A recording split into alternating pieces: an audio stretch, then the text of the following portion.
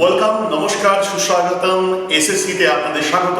আমাদের website www.onlinessc.com আর আমাদের mobile app online SSC, যা গুগল প্লে স্টোরে আপনারা সম্পূর্ণ বিনামূল্যে পেয়ে যাবেন, যেখানে জিকে, জিআই, ম্যাথ, ইংলিশ প্রভৃতি বিষয়ের উপর অনলাইন মক টেস্ট আপনারা সম্পূর্ণ বিনামূল্যে দিতে পারবেন এবং তার সঙ্গে ডেইলি আপডেটেড কারেন্ট অ্যাফেয়ার্স এবং ডেইলি আপডেটেড জিকে গুলো আপনারা রেগুলারলি আপনারা পেয়ে যাবেন। তো ডাউনলোড করে নিন online SSC Google play store থেকে। তো আজকে চলে এলাম ওয়ান ওয়ার্ডের পরের পার্ট নিয়ে। ওয়ান ওয়ার্ড যেগুলো রাজ্য সরকারের বিভিন্ন পরীক্ষায়, কেন্দ্রীয় সরকারের বিভিন্ন পরীক্ষায়, এইচএস লেভেল, সিজিএল বা এনটিএস এর পরীক্ষাগুলোয় বারবার এসছে এই সমস্ত কোশ্চেনগুলো। আজকে গভর্নমেন্টের কিছু পার্ট নিয়ে চলে এলাম। এই কোশ্চেনগুলো আপনারা দেখতে পাচ্ছেন 1, 2, 3, 4, 6 এই যে কোশ্চেনগুলো আছে, গভর্নমেন্ট রিলেটেড যে কোশ্চেনগুলো আছে, এই কোশ্চেনগুলো বারবার আসে এবং ছেলেমেয়েরা অপশনের সঙ্গে গুলিয়ে ফেলে। সেই কোশ্চেনগুলো নিয়ে এলাম যাতে এক জায়গায় যাতে যখন লেখা থাকবে আপনাদের, এইগুলো যাতে আপনাদের প্রবলেম না হয়। তো সরাসরি চলে আসি আজকের ওয়ান ওয়ার্ডে, কিন্তু তার আগে আমাদের যে চ্যানেলটা আছে, চ্যানেলটা সাবস্ক্রাইব করে দিন এবং বেল বাটনকে প্রেস করে দিন। চলে আসি এক নম্বরে। এক নম্বর বলেছে an absolute government. An absolute government কথা হবে অটোক্রেসি। লিখে নিন অটোক্রেসি, CRACY। আমাদের আরো ভিডিওগুলো আছে, আপনারা লাইভ ভিডিও ইংলিশ আছে, এগুলো দেখে নিতে পারেন যদি আরো ডিটেলসের জন্য। 2 নম্বর বলছে government by official. Government by official মানে হবে বিউরোক্রেসি বা ব্যুরোক্রেসি। BUREAUCRACY,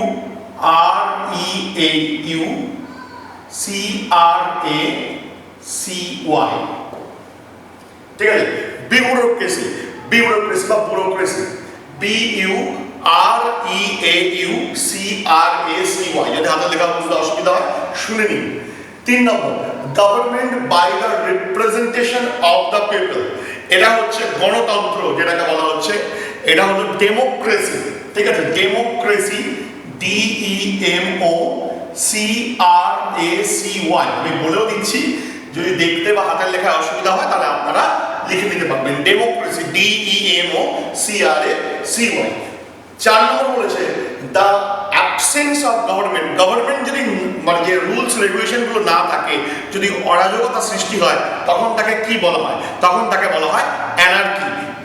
ANARCHY,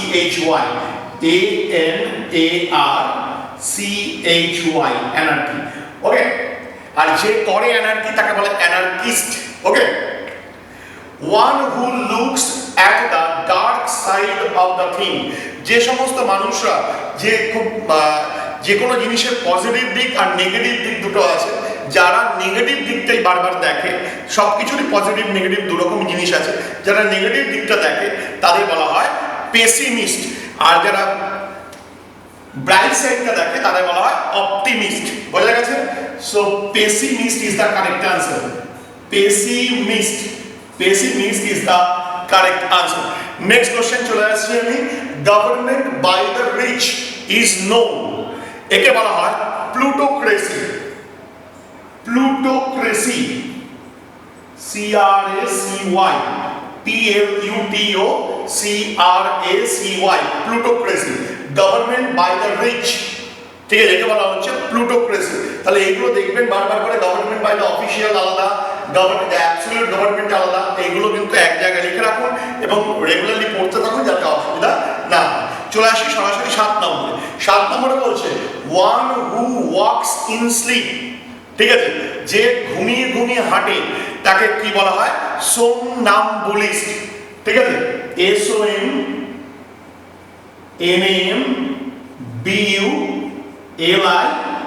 SOMNAMBULIST, সোমনাম্বুলিস্ট। আর ঘুমিয়ে ঘুমিয়ে কথা বলে একটা সোমনিলোকুইস্ট, তাকে বলা হয় সোমনিলোকুইস্ট। এই দুটো মনে রাখবেন, ঠিক আছে? আমি পরে আবার লিখিয়ে দেবো। An expert who understand the value of art, antiques, etc. একে কি বলা হয়? যে সমস্ত এক্সপার্টরা কোনো কিছু আর্টের বা অ্যান্টিকের ভ্যালু বা মূল্য দেয়, তাকে বলা হয় কনশিয়র।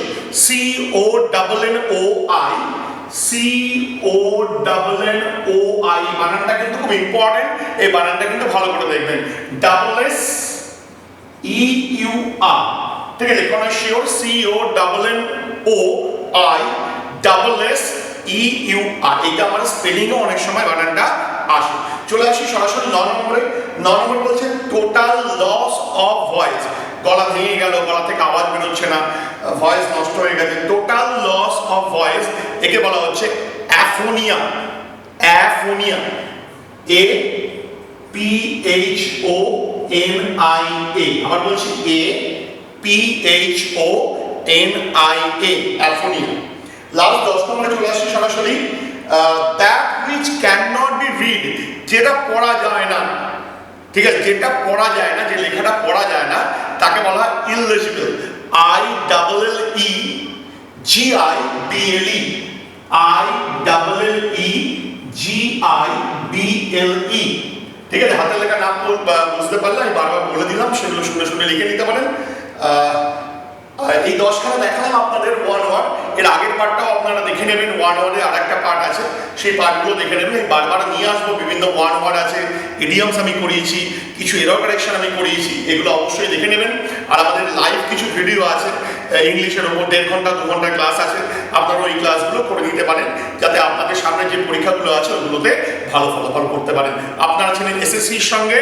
যদি ভিডিও ভালো লাগে লাইক এবং শেয়ার করে দেবেন এবং কমেন্ট করতে ভুলবেন না, এবং আমাদের চ্যানেলকে সাবস্ক্রাইব করে দেবেন এবং বেল বাটনকে প্রেস করে দেবেন।